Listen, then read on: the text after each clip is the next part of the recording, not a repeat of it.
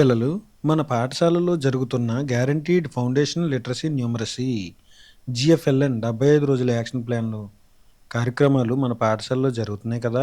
ఆ కార్యక్రమంలో భాగంగా తెలుగు, ఇంగ్లీష్, మ్యాథ్స్కి సంబంధించిన కృత్యాలను ప్రాథమిక అంశాల పునశ్చరణ కార్యక్రమం కృత్యాలు జరుగుతున్నాయి కదా. ఆ జరుగుతున్న కార్యక్రమం కృత్యాల్లో తెలుగుకు సంబంధించిన ప్రతిరోజు ఒక కొత్త కథను మనం వింటున్నాం కదా పిల్లలు.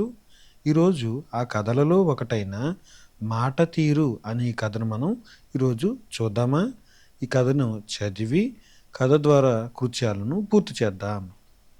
ముందుగా ఈ కథకు సంబంధించిన ముందు చిత్రాన్ని గమనించండి పిల్లలు.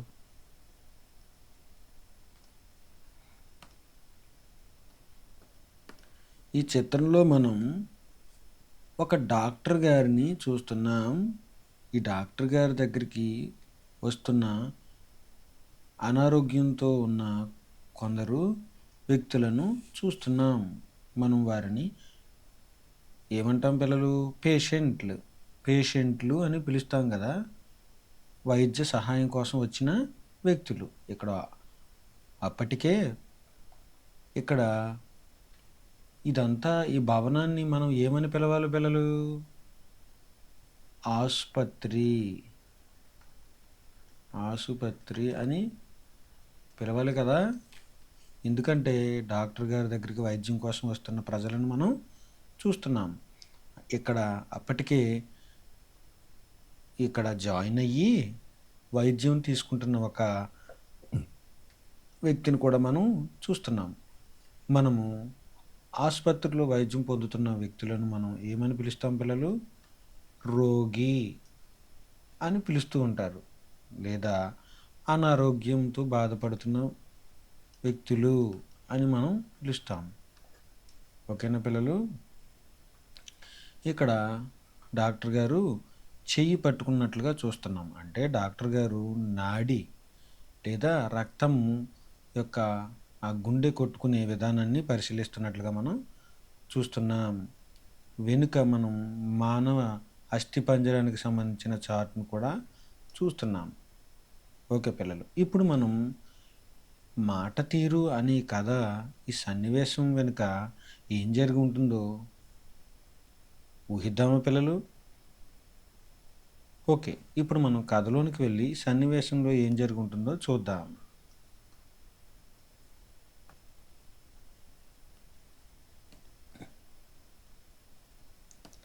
రామాపురం అనే గ్రామంలో నరేందర్ మరియు కిషోర్ అనే ఇద్దరు డాక్టర్లు ఉండేవారు. ఇద్దరూ మంచి స్నేహితులు. ఇద్దరూ కూడా వేరువేరు గ్రామాల్లో ఆసుపత్రులు పెట్టుకున్నారు. కొంతకాలం గడిచింది. నరేందర్ తన గ్రామంలో మంచి డాక్టర్గా పేరు పొందాడు. నరేందర్ ప్రతిరోజు చాలామంది రోగులతో తీరిక లేకుండా ఉండేవాడు. కిషోర్ మాత్రం ఎప్పుడు చూసినా ఖాళీగా ఉండేవాడు. ఆ గ్రామ ప్రజలు వేరే గ్రామంలోని డాక్టర్ దగ్గరకు వెళ్ళేవారు. కిషోర్కు ప్రజలు తన దగ్గరికి రాకుండా పక్కన ఉన్న గ్రామానికి ఎందుకు వెళుతున్నారో ఎంత ఆలోచించినా అర్థం కాలేదు. ఒకరోజు నరేందర్ తన స్నేహితుడైన కిషోర్ దగ్గరికి వచ్చాడు. అప్పుడే ఒక వ్యక్తి తన కుమారుణ్ణి ఆసుపత్రికి ఆందోళనగా తీసుకువచ్చాడు. నా కుమారుడు నిన్న ఎండలో బయటికి వెళ్ళాడు. రోజంతా బయట తిరగడం వలన ఒళ్ళు కాలిపోతోంది. బిడ్డ పరిస్థితి ఆందోళనకరంగా ఉంది. మీరే రక్షించాలి అంటూ ప్రాధేయపడ్డాడు.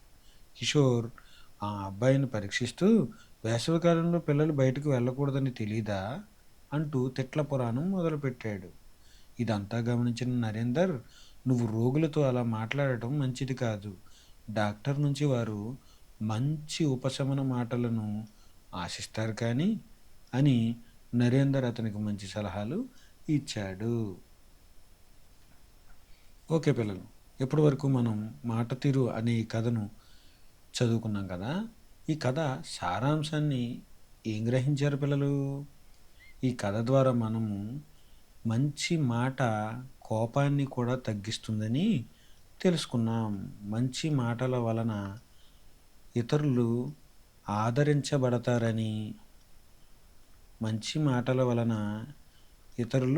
ఆదరించబడతారని తెలుస్తుంది. మంచి మాట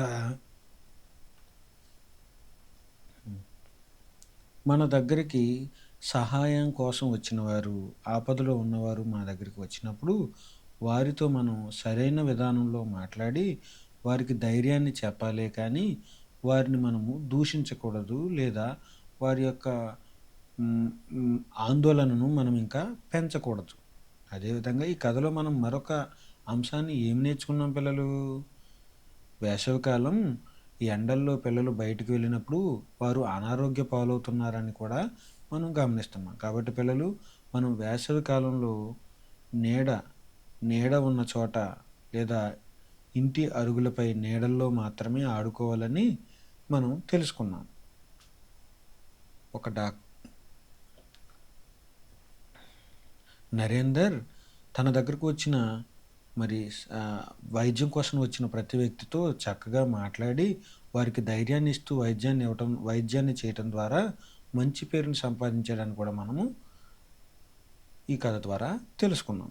ఓకేనా పిల్లలు? ఇప్పుడు ఈ కథలో 5 అక్షరాలతో ఏర్పడిన పదాన్ని, 4 అక్షరాలతో ఏర్పడిన పదాలను, 3 అక్షరాలతో ఏర్పడిన పదాలను గుర్తించండి. రోగులతో 4 అక్షరాల పదం, గ్రామాలలో 4 అక్షరాల పదం, ఆసుపత్రులు 5 అక్షరాల పదం, పెట్టుకున్నారు 5 అక్షరాల పదం, ఇద్దరు 3 అక్షరాల పదం, స్నేహితులు 4 అక్షరాల పదం. ఈ విధంగా మీరు కూడా మిగతా పదాలు కూడా గుర్తించి ఈ విధంగా మీకు ఇచ్చిన నోట్స్లో వీటిని వరుస క్రమంలో రాసి చదవండి పిల్లలు.